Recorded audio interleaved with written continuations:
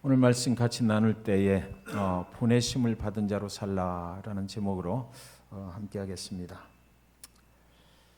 마르바돈이라는 사람이 의미 없는 고난은 없다라는 책에서 이렇게 말했습니다. 한편으로 고통으로 인한 괴로움이 있고 또 다른 한편에는 하나님의 섭리를 확신하는 신뢰와 믿음의 고백이 있다. 우리는 그 둘 사이를 오락가락하면서 살아가게 된다. 이렇게 말했습니다. 요셉의 인생을 우리가 계속해서 지금까지 묵상하고 있는데요. 저는 아주 이상한 사실을 한 가지 발견을 하게 됐습니다. 요셉의 인생 중에 참으로 이상한 일이 있구나라는 것을 발견을 했는데요. 요셉의 나이가 17살이 될 때까지 그들은 한 집에서 살았거든요. 17살이 17년이라는 긴 세월 동안 그들은 아주 정이 많이 들었을 거예요. 목소리만 들어도 저게 요셉이구나라는 사실을 알 수가 있었을 것입니다. 그리고 또 요셉 자신도 저건 누벤의 목소리네, 이것은 시므온의 목소리네, 어린 막내 동생 베냐민이 울고 있구나, 이런 것들도 그들은 17년이라는 세월 동안 함께 경험을 하고 알게 됐을 것입니다. 그런데 어느 날 요셉이 하나님이 주신 꿈을 꾸었다. 성경엔 이렇게 돼 있잖아요. 그 꿈이 이 요셉의 형들의 그 미움을 살 수밖에 없는 그런 꿈이었어요. 요셉 앞에 와서 모두가 절을 하는 이런 꿈이었기 때문에 형들이 그 요셉을 그냥 두려고 하질 않았던 것입니다. 그때부터 이제 요셉은 미움을 사게 됐던 거예요. 그래서 요셉을 광야로 끌고 가서 구덩이에 집어넣어버리고, 그러나 그렇게 또 죽여버리는 것은 좀 뭐하니까 그대로 살려두자라고 했는데, 살려두는 것이 뭐냐면 지나가는 애굽으로 가는 이스마엘 그 상인들에게 노예로 팔아버리게 됐던 것이죠. 그리고 나서 이제 오늘 본문이 나오는 이 순간까지 그들은 헤어지게 되는 거예요.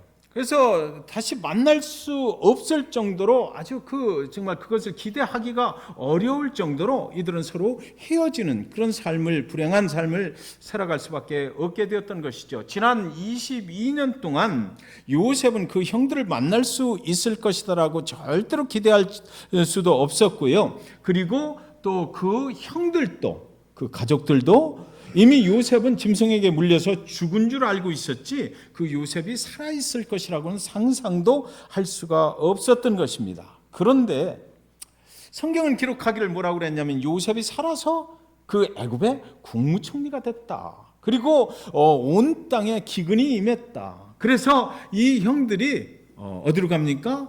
애굽에 가서 양식을 구해오지 않으면 안 되게 되었다라고 그렇게 기록해 놓고 있는 것입니다. 양식을 구하러 갔는데요, 이 형들은 양식을 구해야만 먹고 살 길이 생기는 거죠. 생명을 유지할 수 있는 길이 생기는 거예요.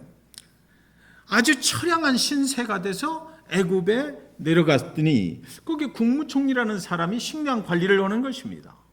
그래서 그 사람 앞에 가서 식량을 구해오는 거죠. 두 편의 입장이 완전히 달라진 거예요. 요셉은 국무총리가 돼 있고, 이 형들은 이제 아주 비천한 자가 되어서 그 요셉 앞에 가서 식량을 구할 수밖에 없는 것입니다. 그런데 지금까지 여러분 잘 성경을 보시면요, 43장에서부터 시작해서 요셉이 그 형들을 만납니다. 그 식량을 구하러 가요. 44장에 또 계속해서 만나면 또 양식을 주고 또 가서 베냐민을 데려오라, 이렇게 하면서 그들이 계속 얼굴과 얼굴을 맞대고 보는 장면들이 나오거든요. 그렇잖아요. 그런데 지난 17년 동안, 옛날에 22년 전에 17년 동안 같이 살고 목소리가 익숙하고 그 얼굴의 모양이 비슷했을 텐데, 그죠? 그런데도 불구하고 형들은 요셉을 알아보지 못해요. 그런데 누구는 알아봐요? 요셉은 형들을 알아봐요. 그 양식을 구하는 자들 가운데 쭉 줄이 서 있는데, 요셉이 나와서 쭉 누가 양식을 구하러 왔나 쳐다보다가 단번에 요셉은 저기 형들이 왔다라는 것을 알아보는 것입니다. 형들은 요셉을 오늘 이 본문이 나오기까지 절대로 알아보질 못했어요. 요셉이 스스로 내가 요셉입니다라고 말하기 전까지 형들은 요셉에 대해서 전혀 기억을 못하고 있었던 것입니다. 여러분, 대한민국이 우리의 조국이 분단된 지가 66주년이라고 그러는데, 그동안 우리는 수도 없이 이산가족 찾기를 해왔잖아요. 그래서 어려서 헤어져서 서로 남과 북에서 살고 있다가 이산가족 찾기를 통해서 이렇게 서로 형제들이 만나고 부모와 자식들이 만나고 남편과 아내가 만났을 때 66년이 지났는데도 가서 보면은요, 서로 그 방송을 통해서 이렇게 보게 되면 말 몇 마디 나눠보고 네가 그때 어디 살았어? 뭐 이렇게 해보고는 금방 눈물바다가 돼버리는 거예요. 아, 네가 맞다. 그 목소리 내가 기억한다. 그 얼굴 모습 그대로 있네. 끼어안고 엉엉 울어버리는 것입니다. 그렇잖아요. 그 한 형제, 한 가족이라는 것은 바로 이런 거예요. 한 핏줄을 가지고 태어났다 하는 것은 이게 뭐 세월이 말해주는 것이 아니라 세월이 오래 걸렸다고 그래서 잊어버리고 뭐 이러는 것이 아니고요. 그대로 그냥 느낌으로 아는 거죠. 내 형제다라는 거 알고, 내 부모다라는 거 알고, 내 뭐 한 가족이다라는 거 알아보는 것입니다. 22년이라는 세월이 형제들의 얼굴을 기억하지 못할 정도의 긴 세월은 아니다라는 것입니다. 그런데 어떻게 요셉은 단번에 알아봤는데 형들은 그를 몰라봤을까? 참 이상하더라고요. 형들도 그 요셉을 알아봐야 되잖아요. 한 가정에서 그렇게 오랫동안 살았는데 왜 성경에는 오늘 이 본문이 나오기 전까지 형들은 요셉을 알아보질 못했을까? 사실 말이죠. 못 알아본다면 요셉이 못 알아보는 게 더 맞는 말이에요. 왜 그러냐면 요셉은 집을 떠나서 노예로 팔리고 고난을 받았잖아요. 수많은 역경을 지난 20년 동안 받았어요. 그러니까 그 고난의 현장에서, 그 역경의 현장에서 얼마나 그 형들이 원망스러울까요? 다시는 기억하고 싶지 않은 그런 형들의 모습이었을 거예요. 그러니까 요셉의 기억 속에서 인간이 본능적으로 아주 어려움을 많이 받고 스트레스를 많이 받으면 그 상황을 잊어버린다고 그러더라고요. 그러니까 요셉이 그 형들을 기억하지 못하는 것이 오히려 더 타당해요. 그런데 요셉은 기억하는데 형들이 기억을 못한다고 이렇게 되는 거예요. 여러분의 형제와 자매가 한국에서 살고 있는데 이민사에 와서 이민사에 바쁘게 사시다 보니까 한국에 가서 만나볼 시간이 없었다. 내가 어려서 떠났다 그래도요. 한국에 가면 금방 알아봐요. 당신이 내 어머니야? 이러는 사람 없다고요. 그냥 알아보는 것입니다. 오랜 시간이 흘렀다 그래도 알아보는 것이에요. 여러분, 성경은 지금 무엇을 말하고 있느냐라는 거죠. 알아봐야 되는데 못 알아보는 이 사건을 통해서 무엇을 말하고 있는가?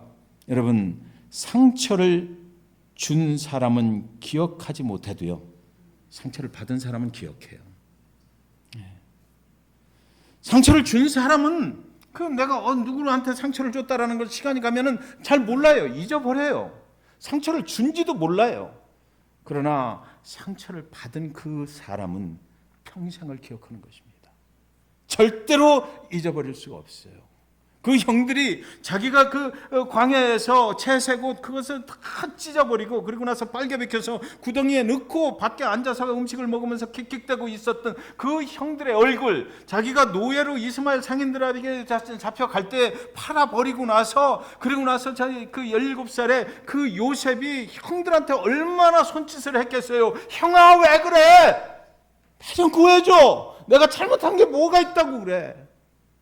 내가 여기로 팔려가면 다시는 못 볼지도 모르는데 형아 나 좀 구해줘라고 소리 지를 때 그 냉정하게 외면을 해버렸던 그 형들의 얼굴을 어떻게 요셉이 잊어버릴 수가 있겠느냐고요. 요셉은 잃어버릴 수가 없었어요. 그러니까 그날 그 양식을 구하러 온 줄 그 뒤에 이렇게 서 있는 그 형들의 모습을 요셉은 단번에 알아봤던 거예요. 상처를 가진 사람은 절대로 잊어버릴 수가 없습니다. 상처를 심하게 받고 죽은 사람은 저는 모르겠어요. 의사가 아니니까. 그런 책에서 보니까 그 심장에 죽고 나서 이렇게 그 심장을 보면 심장에 푸른 이 멍이 들어 있다라고 그래요. 이 상처는 인간을 이렇게 아주 결정적인 그런 그 데미지를 줘버리는 거죠.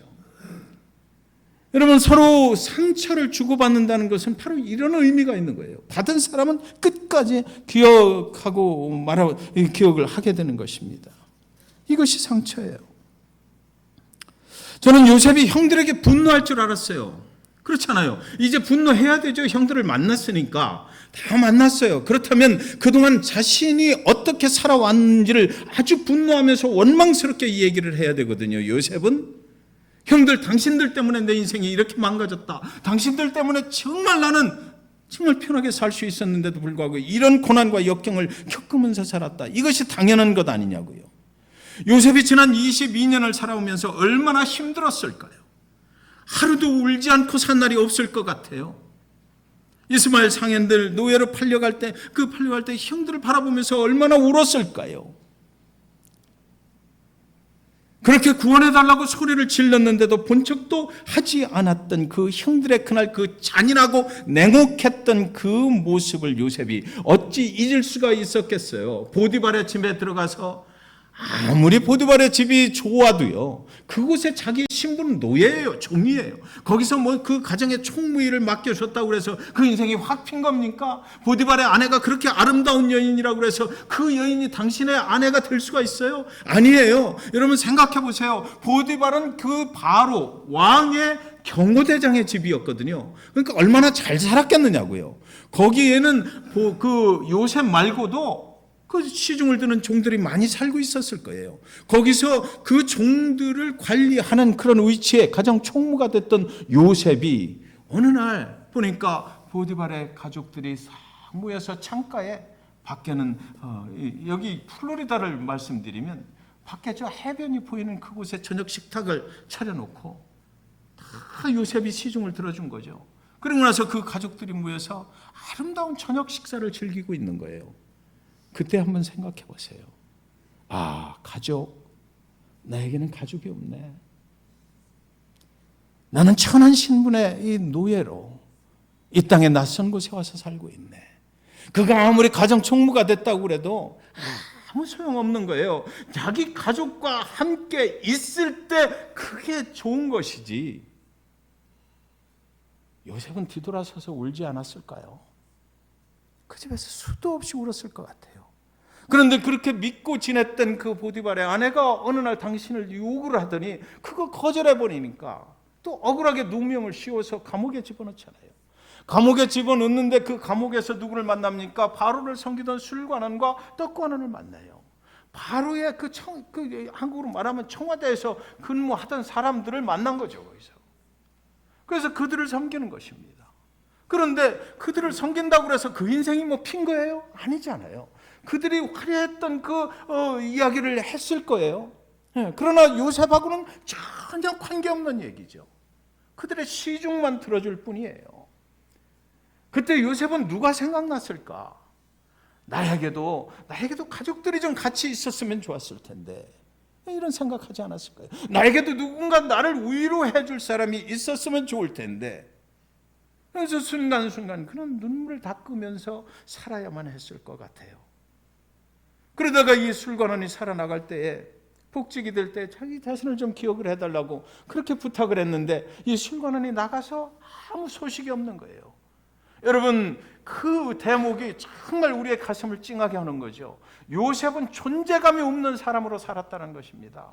세상에 살고는 있지만 숨을 쉬지만 호흡을 하고 있으나 그의 인생은 아무런 존재감이 없는, 세상 사람들이 다 무시해버려도 그거 어떻게 항변할 수 없는 그런 위치에서 요셉은 삶을 살고 있었다라는 거죠. 모두에게 잊혀져 버린 사람이 되어버렸어요. 누구 하나 그에게 관심을 가져주는 사람이 없었던 것입니다. 여러분, 그런데 이 요셉의 인생에 극적인 반전이 일어났다라고 성경은 기록하고 있잖아요. 그가 나이가 30이 됐을 때 바로가 꿈을 꿔요. 그리고 나서 그 꿈을 해석해 주는 사람으로 술관원이 그때서 이제 기억을 하고 그가 이제 바로 앞에 나가서 그 꿈을 해석해 주고 그리고 나서 바로의 신임을 얻어버려요. 그래가지고 이제 그 애굽의 국무총리의 자리에 올라버리게 되는 거잖아요. 이게 인생의 반전이 일어난 거예요. 여러분, 그 애굽의 법에 왜 하필이면 요셉이 나이 30에 있을 때 국무총리가 된지 아세요? 애굽의 법에 우리나라 국무총리는 최소한 나이가 30이 돼야 된다라고 기록이 돼 있대요. 하나님께서 그 인생을 아주 기가 막히게 맞춰버린 거죠. 그동안 보디발의 집에 있게 하시고 그동안 뭐 감옥 속에서 살게 하시다가 그의 나이가 딱 정확하게 30에 이르니까 그냥 데리고 들으세요. 애기도 울어야죠, 교회는. 그러니까 그때 딱 시간을 맞춰서 하나님께서 그런 일을 벌리셨다는 것이에요. 그래서 그가 이제 그 바로의 꿈을 해석해 준 결과 그것을 인정받아서 국무총리의 자리에 오르게 됐어요. 바로의 꿈대로 요셉이 해석한 대로 7년 동안 긴 풍년이 왔어요. 이제 요셉이 국무총리가 돼서 그 다음에 7년 동안 흉년이 올 걸 이미 알으니까 양식을 자꾸 비축을 해놓는 거죠. 그리고 나서 이제 기근이 왔을 때, 흉년이 왔을 때 그 양식을 쓰려고 했던 것이에요. 그리고 정말 그 꿈대로 이제 흉년이 찾아온 것입니다. 온 땅에 흉년이 왔어요. 그 흉년이 2년 차에 접어들었을 때 요셉의 가족들은 그 가나안에도 흉년이 왔기 때문에 더 이상 버틸 힘이 없었던 것입니다. 그래서 어쩔 수 없이 양식을 얻으러 이제 애굽으로 가는 거예요. 양식만 얻어왔으면 좋겠는데 자꾸만 거기 국무총리가 뭐라고 그러네. 베냐민을 데리고 오라는 거예요. 베냐민을. 그래서 또 가야 돼. 이제 모든 형제들과 요셉이 결국은 한 방에서 큰 잔치상을 차려놓고 식사를 같이 하게 되는 거죠. 그런데도 형들은 한 방에 앉아서 식사를 같이 하는데 요셉을 못 알아봤어요. 이게 참 이상하죠.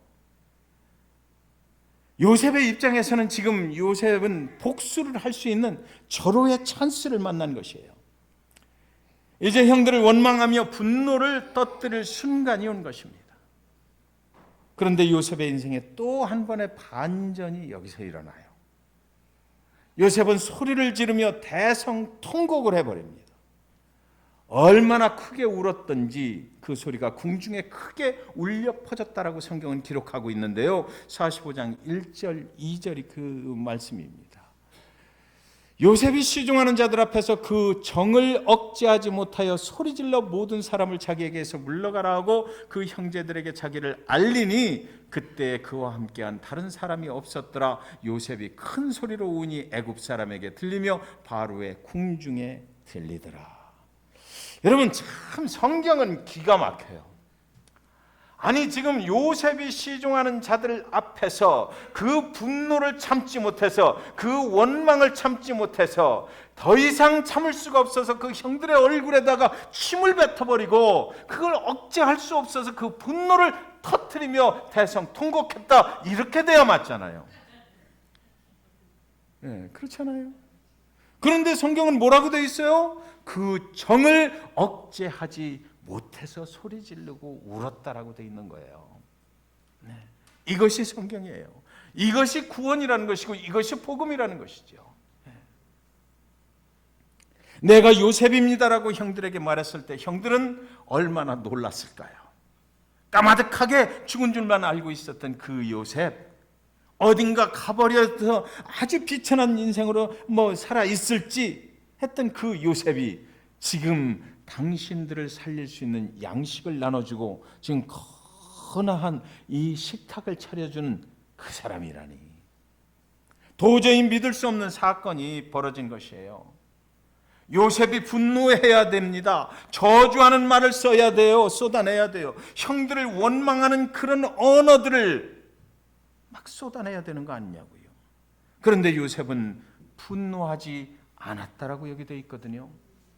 요셉은 그들을 원망하지 않았다라고 되어 있는 거예요. 요셉은 형들을 저주하지 않았다라고 성경에는 기록이 되어 있고요. 요셉은 형제들을 만난 그 정을 어찌할 길 없어서 사랑하는 형들, 사랑하는 내 동생, 이렇게 만나게 된 건 너무나 감사하고 어찌할 수 없어서 그동안에 고생했던 것, 역경을 겪었던 것, 그동안에 원망스러웠던 것, 그런 것들을 이미 다 어디론가 사라져버리고 내가 형을 만났네, 내 동생을 만났네, 그 정을 억제할 길이 없어서 엉엉 울었다라고, 그 소리가 궁중에 다 울려 퍼졌다라고 그렇게 돼 있거든요.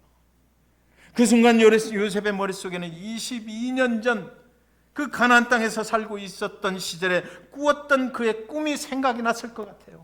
그죠? 하나님께서 그날 그 꿈을 나에게 주셨는데, 당신이 22년이라는 긴 세월 고난을 받아야 했다면 그것은 바로 그 꿈 때문이었거든요.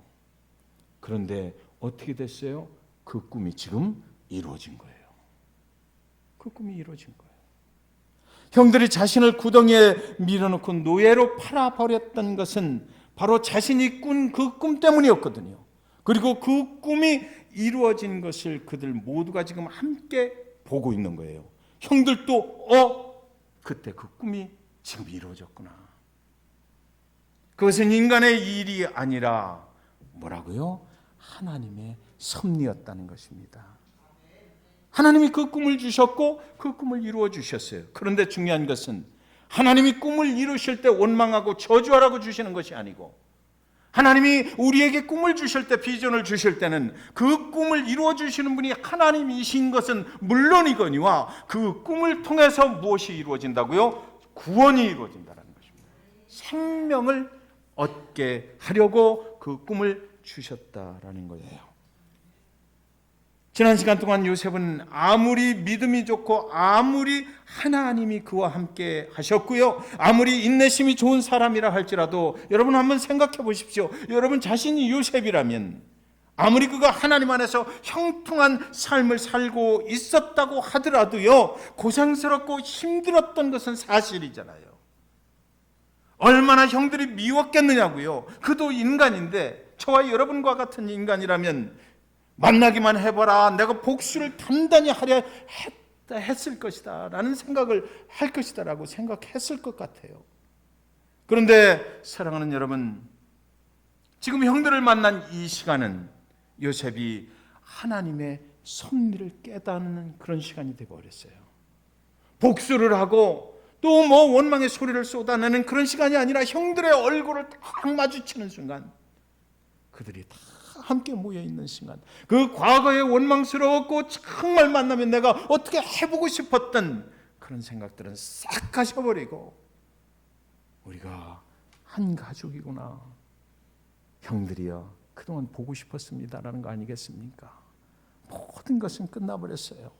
하나님의 섭리가 작용을 하면, 그 꿈을 주셨던 하나님께서 계속해서 나를 이렇게 해서 지금 국무총리 자리에 오르게 해갖고 풍년 주고 또 기근을 만나게 하셔서, 그리고 결국은 우리 모든 형제들을 다 같이 만나게 하셨고, 앞으로 하나님께서 계획하심이 또 있겠구나. 이것은 바로 내가 내 삶을 살아온 것이 아니고 형들이 나를 미워해서 그것 때문에 일어난 일들이 아니고 하나님께서 하나님의 섭리 가운데 일어난 것이구나 라는 것을 요셉은 깨닫게 됐던 거죠. 여러분, 중요한 것이 있어요.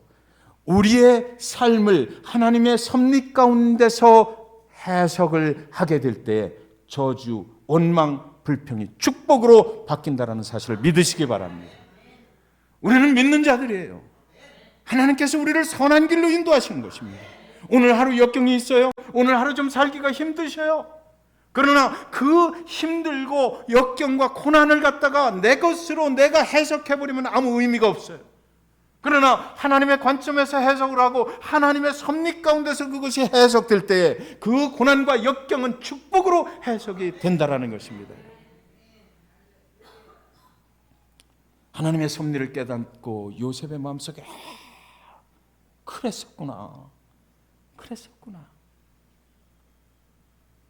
하나님의 섭리는 기근을 통해서 이곳 애굽에서 그들을 다시 만나게 하셨던 것이에요. 그에게 주셨던 꿈을 이루어 주시기 위해서 그 고난과 역경의 시간들이 필요했던 것입니다.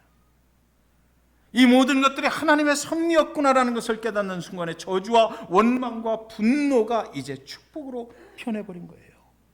지금 그렇게 됐잖아요. 분노가 기쁨으로 변했어요. 슬픔이 기쁨으로 변했어요. 애통함이 축복으로 변했어요. 찬양으로 변했어요.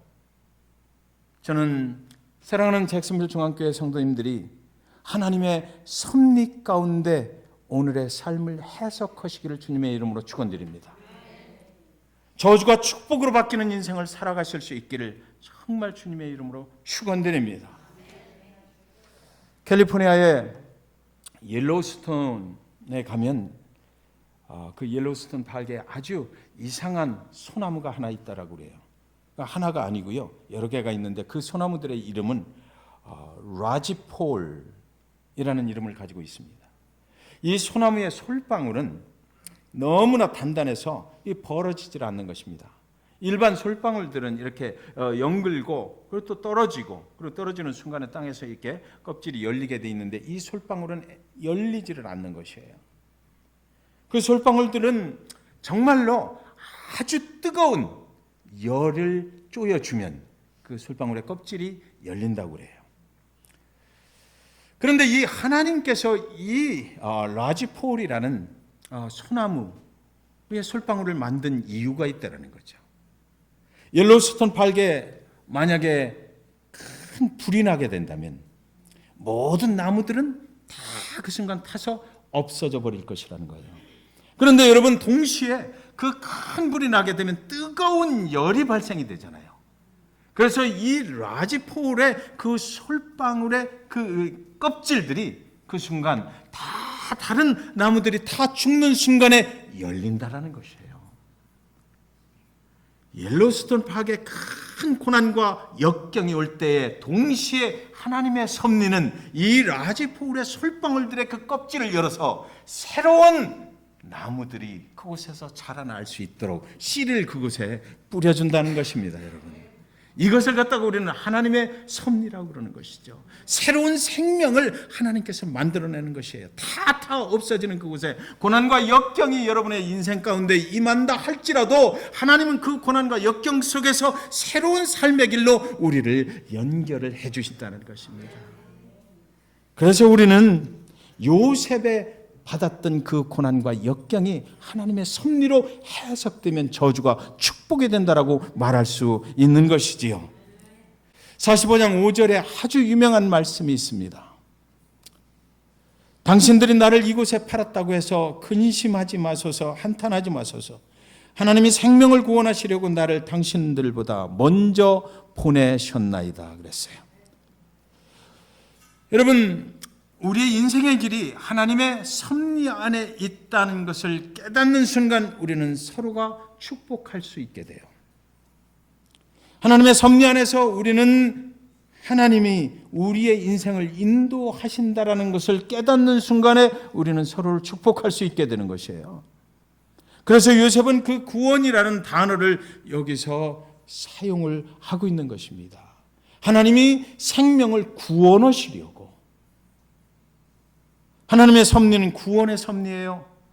하나님께서 그냥 우리를 고난과 역경을 주시고 뭐 잘 살게 하고 뭐 이러는 게 아니고요. 하나님께서 구원을, 생명을 구원케 하시려고 당신들보다 먼저 보내셨나이다. 먼저 오는 길이 험악하고 먼저 오는 길이 역경이 있었고 힘들었으나 그러나 결국에는 하나님의 선하신 가운데 뒤에 오는 생명들을 구원하시려고 생명을 구원하시려고 나를 그렇게 하셨다라는 요셉의 고백입니다. 사랑하는 여러분, 여러분은 잭슨빌에 언제 오셨습니까? 생명을 구원하시려고 하나님께서 여러분을 먼저 이곳에 보내신 것을 여러분 믿으시기 바랍니다. 이후에 오는 모든 사람들을 구원으로 연결하기 위해서, 하나님 앞으로 인도하기 위해서 예수 그리스도 그분을 믿고 생명의 그 영원한 천국으로 가게 하는 길을 열어주기 위해서 여러분을 이 땅 잭슨빌에 먼저 보내셨어요. 저를 먼저 보내셨어요. 저는 이 말씀 속에서 요셉의 깊은 고민을 살펴보았는데요. 뭐 하나님의 섭리라든지 용서라든지 사랑이라든지 이 뭐 거룩하고 대단해 보이는 이런 말들 말고 아주 현실적으로 내가 그날 그곳에서 요셉의 입장에 한번 되어봤어요. 그리고 저는 요셉이 왜 형들을 용서해야 했는지 아주 단순한 이유를 한 가지 발견하게 됐습니다. 형제들은 피를 나는 가족이잖아요. 애굽의 국무총리가 사랑하는 가족이 없으면 뭐 그렇게 대단하겠느냐고요. 애굽의 국무총리가 되어서 우상을 섬기는 나라의 총리로 살아가는 것이 뭐 그렇게 내 가족들이 없는데 뭐 그렇게 대단한 일이겠느냐고요. 이 땅에 오셔서 이민자의 삶을 살아가면서 뭐 돈도 많이 벌고 출세도 많이 하고 많은 명예도 지고 있고, 그런데 여러분 혼자 그 길을 가야 된다라고 생각해 보세요.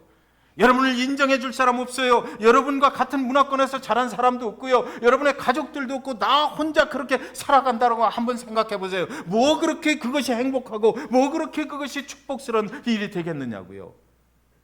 제가 요셉의 입장에 서 보니까 요셉은 그랬을 것 같아요. 가족이 없이는 내 인생 아무 의미가 없는 거죠. 바로에게 충성하는 것, 그것이 뭐 그렇게 대단한 일이겠느냐고요. 가족을 만나서 가족과 함께 살아야 되고 그것이 하나님의 섭리 가운데서 우리 가족을 축복하시는 일이 돼야지, 나 혼자 그 나라 낯선 땅에서 뭐 그렇게 그것이 재미있고 행복한 일이 되겠느냐 말이죠. 사랑하는 여러분, 요셉은 그것을 깨달은 거예요. 지난 22년 동안 처절하게 깨달은 것이 있다면 가족이 나에게는 필요하다는 것이죠. 이제 요셉은 결정을 해야만 해요. 가족과 함께 살 것인가? 아니면 그 가족들을 정죄하고 심판하고 그들 앞에 분노하고 그리고 나서 나 혼자 살아갈 것인가? 그렇죠? 여러분 같으면 어떻게 하시겠어요? 우리가 헤어져서는 안 되겠다라는 그 결정을 지금 요셉은 한 거예요. 그 마음속에 아직도 분노는 끓고 있을지 몰라요. 아직도 용서하고 싶은 마음은 없을지 몰라요. 그러나 그럼에도 불구하고 나는 형들이 필요해. 나는 내 동생 베냐민이 필요해. 나는 아버지를 데리고 왔으면 좋겠어. 여기서 함께 살았으면 좋겠어. 그것이 요셉의 인간적인 그런 면이 아니었을까요? 함께 살아야 되겠다는 것입니다. 형제들과 아버지와 함께 살아야 내 인생에 의미가 있을 것이라는 거예요. 사랑하는 여러분, 여기 무너졌던 한 가정의 가족들 간의 관계가 다시 회복되는 것, 이것이 있는 거예요. 여러분, 신앙의 본질은요, 관계 회복입니다.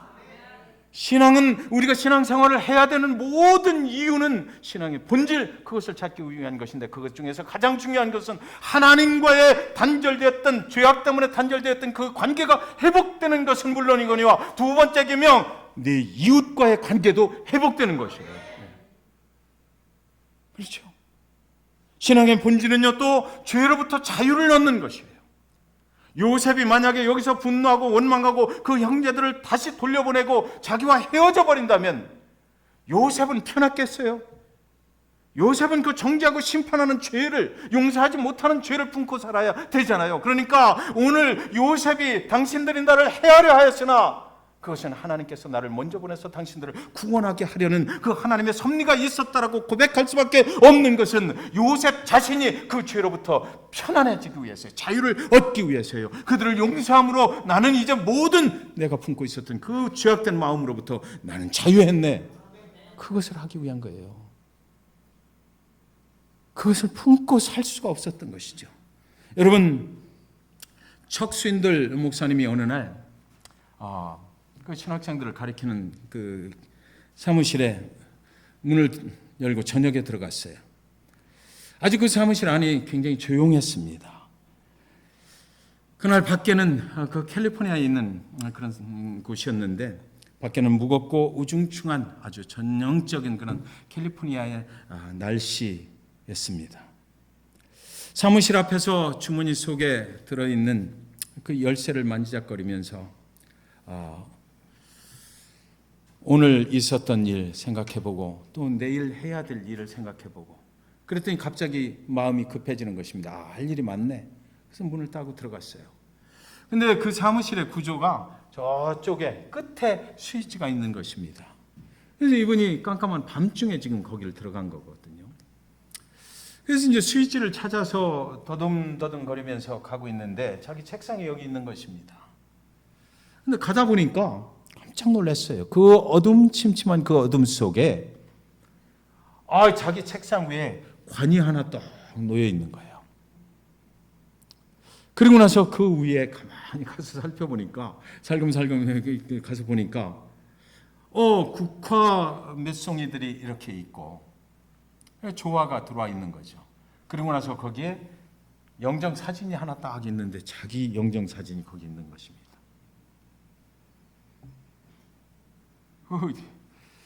자기가 아직 살아 있는데 누가 자기 장례식을 치른 거예요. 그래서 잘 가서 그 관 밑에를 가만히 쳐다보니까 거기 그 조문객들이 방문을 하고 국화꽃을 갖다 놓은 그 사람들의 이름이 거기다 적혀 있는 것입니다. 그래서 가서 봤어요. 개똥이도 왔다 갔네, 쇠똥이도 왔다 갔네. 네. 그런데 그 중에는요, 이 적수인들 목사님이 정말 만나고 싶지 않은 사람, 정말 나한테 상처를 줘서 다시는 보고 싶지 않은 사람의 이름도 거기에 있더라는 것이에요. 다시는 내가 상대하고 싶지 않은 사람, 다시는 용서하고 싶지 않은 사람, 절대로 가까이 하고 싶지 않아서 지금까지 그를 봐도 못 본 척하고 살아왔던 사람, 말을 섞기에도 싫었던 그런 사람의 이름이 거기 있더란 말이지요.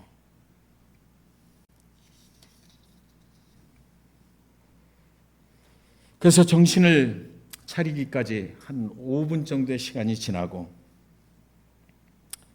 자기 손으로 꼬집어 보니까 나는 살아있는데, 그래서 이제 다시 스위치를 올리고서 보니까 그 관은 없어졌어요. 그리고 적수인들 목사님이 이렇게 말했습니다. 모든 그리스도인들에게 이런 경험이 필요하다. 당신이 아직 살아있는가? 왜 살아있는가가 이제 명확해졌다라고 얘기해요. 신앙의 본질은 관계 회복이라고 그랬습니다. 우리가 왜 먼저 보내심을 받은 것일까요? 다른 사람들을 생명의 길로 인도하기 위해서예요. 보내심을 받은 자들은 내 안에서 내 인생을 보는 것이 아니라 하나님의 섭리가 작용하는 것을 내 안에서 보아야 되는 거예요. 그렇기 때문에 여러분, 우리가 상처받았다, 고난받았다, 내가 당신 때문에 그 많은 역경을 거쳐야만 했다라고 하는 거, 이 문제를 해결해야 되는 것이 바로 먼저 보내심을 받은 자들의 의무라는 것입니다. 이것이 그리스도인이에요. 우리에게는 말을 섞기도 싫은 사람이 있어요. 다시는 교제하고 싶지 않아요. 저에게도 그런 사람이 있어요. 어떤 목사님 설교하시는데 그러더라고요. 이제 자기가 정년 퇴직을 할 때가 됐는데 내가 퇴직 전에 책을 한 권 쓰면 그 제목을 나는 내가 목회 중에 만난 사람들라고 이렇게 썼으면 좋겠다. 그러면서 목회 중에 이런 사람, 저런 사람, 이런 사람, 저런 사람, 그 중에는 자기한테 상처를 많이 줬던 사람도 거기 기록이 되겠지요. 이러더라고요. 저와 여러분이 살아가요. 저와 여러분이 살아가면서 많은 사람들을 만나잖아요. 그러나 하나님께서 저와 여러분을 아직 이 땅에 살아있게 하시는 이유가 있는 거예요. 관계 회복입니다. 용서할 수 없는 자도 용서해야 되는 거예요. 왜? 내가 내 힘으로 하는 것이 아니고요. 그것은 하나님의 섭리 안에서 나를 왜 여기 아직 살아있게 하셨나, 나를 왜 여기 먼저 보내셨나라는 것을 생각해 보면 하나님이 왜 그러셨는지를 우리가 알게 되면 그런 것들은 아무 문제가 아니라고요. 오늘 요셉이 그렇게 했던 것처럼 말이죠. 그래서 하나님의 섭리 안에서 역경 중에 새로운 길이 열리는 것입니다. 고난도 하나님의 계획이 있어요. 역경도 하나님의 계획이 있는 거예요. 그 고난과 역경을 그대로 끌어안고 있으면 아무 일도 일어나지 않을 거예요.